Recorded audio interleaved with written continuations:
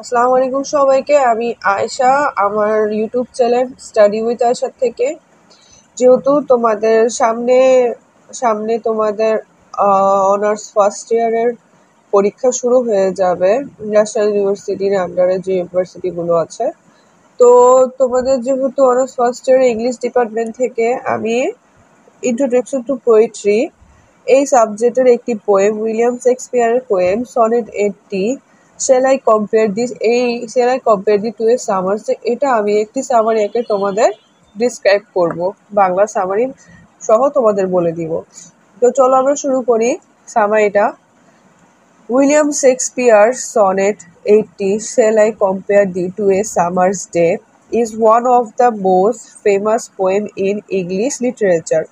মানে উইলিয়াম শেক্সপিয়ারের যে সনেট 80 এই পোয়েমটা ইংলিশ লিটারেচার মধ্যে সবচাইতে মোস্ট ফেমাস জনপ্রিয় পোয়েম ছিল। In this poem, the poet compared the beloved to a summer's day. এই পোয়েমের মধ্যে পোয়েট তার ভালোবাসার মানুষকে সামার্স ডের সাথে তুলনা করেন। But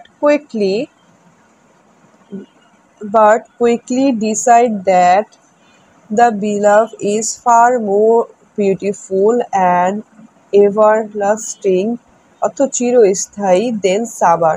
But সে খুব দ্রুতই এটা ভাবে যে তার ভালোবাসার মানুষটি চিরস্থায়ী এবং সুন্দর সামার থেকে। The sonnet praises the beloved's eternal beauty and celebrates the power of poetry to keep that beauty alive forever. এই পুরা লাইনটা দিয়ে সহজে আমি বোঝানো হয়েছে যে পোয়েট তার বিলাভের সৌন্দর্যর প্রশংসা করেছেন। কোন সৌন্দর্য? যে সৌন্দর্যটা কখনোই শেষ হবে না, কখনোই মৃত্যু হবে না।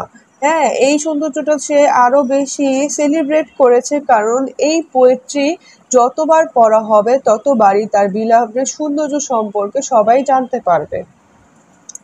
Her beauty will never decay. Shakespeare uses powerful imagery to contrast the changing temporary nature of summer with the timeless unchanging beauty of the person he loved.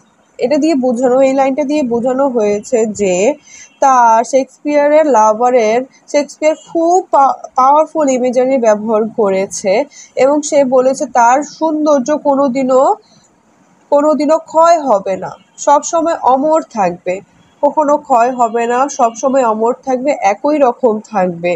আর এটা কন্টেম্পোরারি নেচার